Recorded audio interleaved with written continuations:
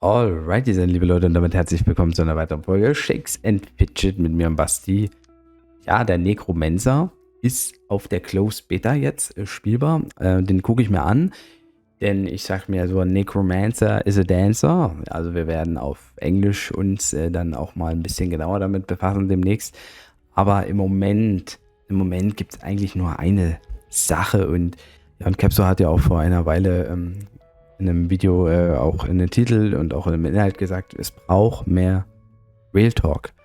Und er hat breite Zustimmung bekommen. Gorgos hat darauf sogar auch wieder reagiert. Ich glaube auch der Prinz Sativa. Und seitdem gab es keinen Real Talk. Aber nee, jetzt mal ganz im Ernst. Also ich sage ja immer und habe immer gesagt, man sollte Shakes and Fidget nicht competitive spielen.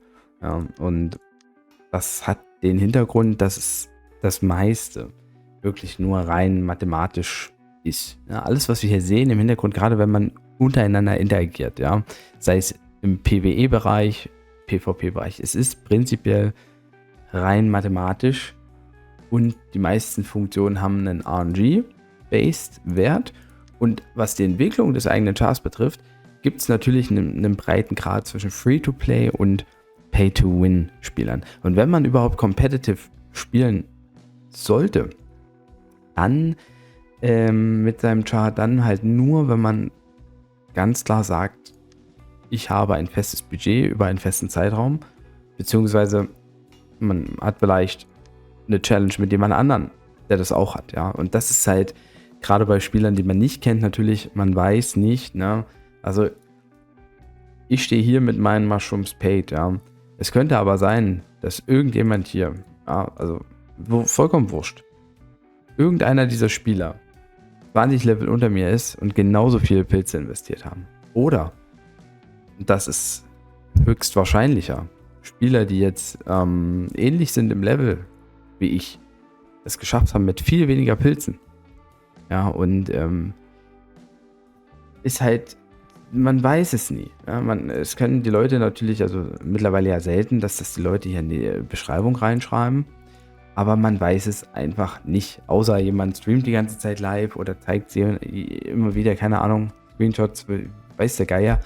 Darum geht es ja eigentlich auch gar nicht. Muss man ja auch gar nicht. Aber man selber kann ja gar nicht einschätzen, ob man competitive gut gespielt hat.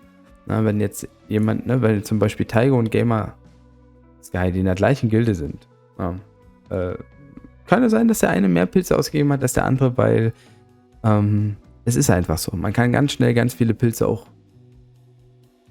wasten, Shakes and Fidget, und trotzdem macht das Spiel trotz allem ja mega viel Spaß. Und einer der Gründe, warum das so ist und wo dieses Competitive-Thema ein bisschen anders, ja, ein bisschen in eine andere Richtung geht, auch von meiner Perspektive, das sieht man halt auf EU5, jetzt zum Beispiel im Bereich der Gilden. Also im Moment ist es so, dass die Tavernenflotte die meisten Angriffe auf uns gewinnt. Stellenweise gab es Angriffe, die waren wirklich die einige Leute über.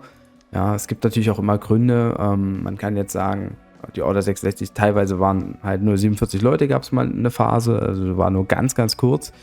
Aber das liegt halt auch mitunter daran, oder ein Grund, warum die Kämpfe verloren werden, teilweise betrifft mich das auch, ist, wenn man sich zum Beispiel nicht anmeldet bei der Verteidigung.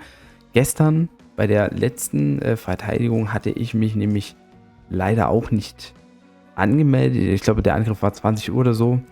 Und war erst 20:45 wieder online. Ne? Also war doof. Der Fight war extrem, extrem knapp. Und diese Gildenfights, die sind sehr, sehr geil. Durch die ganzen verschiedenen Klassen auch, mit den ganzen Effekten. Und wir werden bestimmt auf EU5 mal den einen oder anderen Gildenfight uns nochmal angucken. Ich habe mir welche gespeichert. Ich glaube, hier hatten wir mal gewonnen, hier hatten wir verloren. Es gibt immer mal vereinzelte Spieler, die auch richtig krass performen. In einem Gildenfight, im anderen halt nicht. Ne? Das ist halt dieser RNG-Faktor. Aber trotzdem, auch wenn wir im Moment die meisten Verteidigungen verlieren, ist es echt knapp. Im Moment kann jetzt natürlich aufgrund der höheren Win-Chance die Tavernenflotte Ehrenhalle-Punkte aufbauen. Das ist vollkommen in Ordnung. Und es ist eine richtig geile Competition.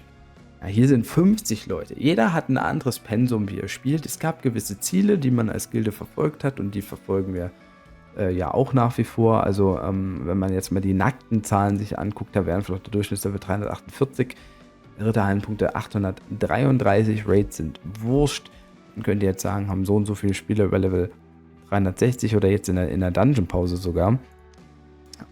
Wir sind von den nackten Zahlen im Level ähnlich aufgestellt. Von der Ritterhalle sogar höher. Und die Order 66 hatte ja ein gewisses Ziel im Speziellen, was das Erreichen der 1000 Ritterhallenpunkte betrifft. Und da sind wir noch auf Kurs. Ja, die Ritterhalle 20 haben das Ziel im Prinzip schon erreicht und die anderen werden früher oder später folgen. Es ist sowieso krass im Legendary Dungeon. Also wir hatten jetzt erst Festungsevent, es kommt nochmal ein Festungsevent. Und ja, also, ich baue jetzt nichts großartig aus und skippe, aber ich spiele Legendary Dungeon, ich habe noch nicht mal einen Ressourcen-Run gemacht und es ist einfach alles voll. Ich muss hier eigentlich schon wieder skippen und neu ausbauen, damit ich hier wieder Ressourcen rausgehe. Also, das ist echt krass. Aber das ist die Order 66. Tavernenflotte hat jetzt, glaube ich, so ein gewisses Ziel nicht formuliert. Sie haben ein Basisschema. Die Leute sollen natürlich alle aktiv sein, ist klar. Und auch mitziehen. Und ja, die spielen vor allen Dingen für den Spielspaß. Ich glaube, die meisten bei Order 66 auch. Aber jede Gilde hat so ein bisschen ihr eigenes Ziel und eigene Dynamik. Und im Moment ist es wirklich so, dass halt die beiden wirklich echt nicht weit weg sind. Und das ist halt spannend. Und das ist ein Wettbewerb, wo ich wieder sage, das macht halt richtig Spaß. Und das heißt ja nicht, dass die anderen Gilden schlecht sind, davon mal abgesehen. Also der Server ist insgesamt im Moment echt auch gut und breit aufgestellt. Und so ein Server nimmt ja auch eine eigene Dynamik. Und ich denke, wenn wir uns in 1-2 Jahren hier immer mal wieder angucken, dann wird es hier teilweise ganz anders aussehen. Aber was ja viele Server gezeigt haben, ist, dass die Gilden, die von vornherein natürlich sehr weit oben mitgespielt haben und die einzelnen Spieler, also ich sag mal 80% halt auch durchgezogen haben wenigstens, die waren dann am Ende auch immer weiter oben. Ich meine, der Tavernenflotte, die kennt es ja, auf W53 zum Beispiel, den Server habe ich ja auch mal lange in der Players to Watch gehabt. Dort hatte ich den Fokus zwar auf die zweite Legion, aber auch da gab es immer über einen langen Zeitraum einen gesunden Zweikampf und ich müsste jetzt reingucken, wie es jetzt auf W53 steht. Die Tavernenflotte ist definitiv weiterhin da oben. Und das Ziel natürlich für die Order 66 ist, dass das auch so passiert und die Tavernenflotte nicht komplett wegsegeln zu lassen. Und das Gute ist, dass rein jetzt natürlich dadurch, dass fast jeder mit einer Dungeon-Pause spielt, dass im Prinzip auch demnächst weiterhin so klar geht. Ne? Also ich weiß jetzt gar nicht, wenn ich so drüber nachdenke, könnte man auch sagen, 5 Leute in der Guild machen keine Dungeon-Pause, damit man im Level steigt und dafür die Gildenfights weiter gewinnt, aber das schadet ja dann im eigentlichen Prozess des eigenen Chars und wenn die 5 Leute dann natürlich in den Zeitraum kommen, wo die anderen alle ihre Dungeon-Pause auflösen, könnte sich natürlich diese Aktion auch nach hinten rausholen. Aber eigentlich ist es so vom Gedankengut interessant. Es wäre ein legales Mittel, zu sagen, hey, 5 Leute spielen keine Dungeon-Pause. Also keine Ahnung, weiß nicht, ob das auch, also wie gesagt, die Gefahr ist, dass es hinten raus nach 1,5 Jahren dann zu einem negativen Aspekt führt.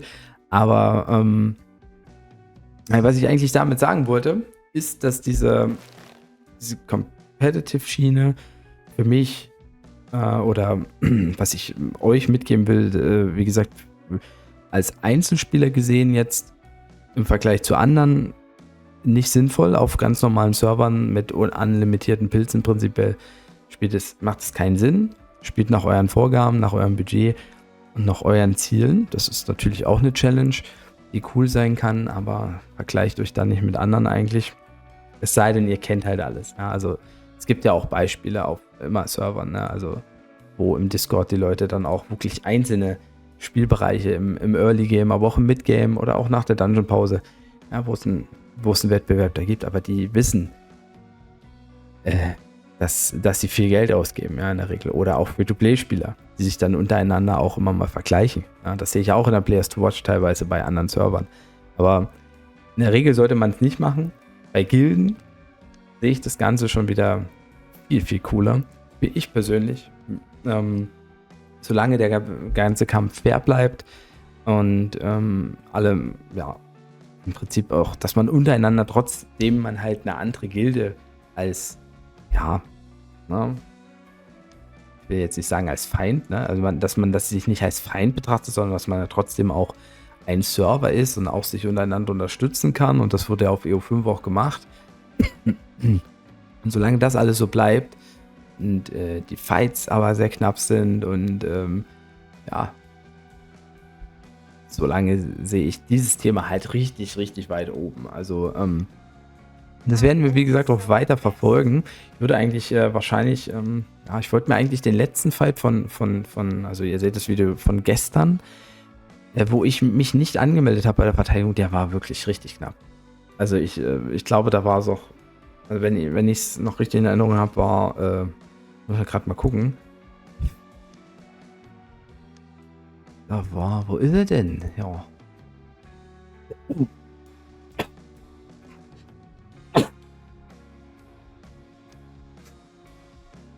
Ja, Freya Feuerfee war da dran am Schluss und hatte auch nicht mehr Full Life.